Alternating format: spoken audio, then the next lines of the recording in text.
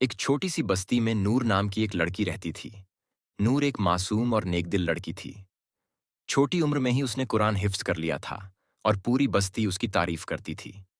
लोग उसे मिसाल के तौर पर पेश करते थे कि वह एक आदर्श मुस्लिम लड़की है। पर्दा करती थी, नमाज पढ़ती थी और रोजाना कुरान की तिलावत करती थी। लेकिन एक दिन कुछ अजीब हुआ। नूर अचानक बीमार पड़ गई। हर कोशिश के बावजूद वह अपनी जान से हाथ धो बैठी। बस्ती के लोग हैरान थे कि इतनी नेक लड़की का इतना जल्दी इंतकाल कैसे हो गया। नूर की मौत के बाद उसके वालिदैन ने एक शरीफ कब्र खोदकर उसे दफन कर दिया। मगर उसी रात कुछ ऐसा हुआ जिसकी किसी ने कल्पना भी नहीं की थी। कब्र से आने वाली आवाजें रात के अंधेरे में कब्रिस्तान के पास रहने वाले लोगों ने कुछ अजीब और डरावनी आवाजें सुनी। वे सुनते थे जैसे कोई जोर जोर से चीख रहा हो और मदद के लिए पुकार रहा हो। लोग घबरा गए और उन्होंने सुबह के वक्त नूर के वालिद को जाकर सब कुछ बताया। नूर के वालिदैन ने पहले इन बातों को अफवाह समझा, लेकिन जब रोज ऐसी आवाजें आने लगीं, तो उन्होंने अपनी बस्ती के मौलवी साहब से मशवरा किया। मौलवी साहब ने कहा, यह मामला कुछ अजीब लगता है। एक हाफिज कुरान लड़की के साथ ऐसा क्यों हो रहा है? हमें दुआ करनी होगी और अल्लाह से मदद मांगनी होगी। मौलवी साहब ने एक रात कब्रिस्तान में जाकर कुरान की तिलावत शुरू की। जब वे तिलावत कर रहे थे, तो चीखों का सिलसिला और तेज हो गया। अब लोगों के दिल और ज्यादा घबराने लगे। अगले दिन बस्ती के बड़े लोग जमा हुए और उन्होंने कब्र खोलने का फैसला किया। सब लोग अल्लाह का नाम लेकर वहां जमा हो गए। जब कब्र खोली गई, तो लोगों ने देखा कि नूर का चेहरा जला हुआ था और उसके कपड़े भी जख्मी हो गए थे। यह देखकर सब लोग डर के मारे कांपने लगे।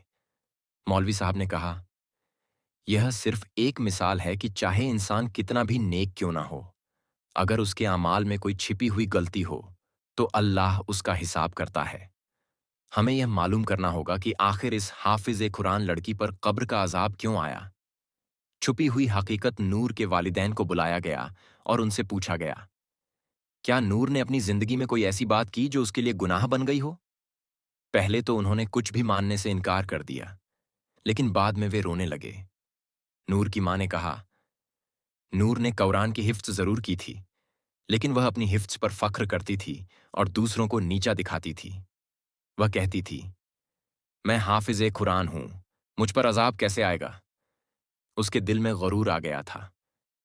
मौलवी साहब ने कहा, सुबहान अल्लाह, यह गरूर और तकब्बुर ही था जो नूर के लिए कब्र का अजाब बन गया। अल्लाह को गरूर बिल्कुल पसंद नहीं है, चाहे इंसान कितना भी बड़ा नेक क्यों ना हो।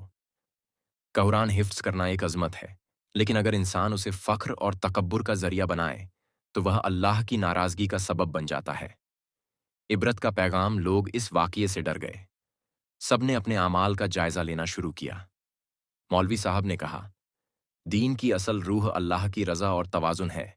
जो इंसान अपने नेक अमल पर फख्र करे और दूसरों को नीचा समझे, उसका अंजाम अल्लाह के अजाब के सिवा कुछ नहीं। इस वाक़ये के बाद बस्ती के लोगों ने न सिर्फ अपनी गलतियों से तौबा की, बल्कि हमेशा तवाज़ुन और इंसानियत के साथ जिंदगी गुजारने का इरादा किया। कहानी की सीख, गुरूर और तकब्बुर से बचो।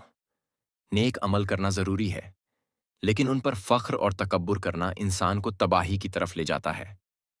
अल्लाह के हुक्म की अहमियत, सिर्फ कुरान को हिफ्ज कर लेना काफ़ी नहीं, उस पर अमल करना और उसके मुताबिक अपने अखलाकों को बेहतर बनाना ज़रूरी है।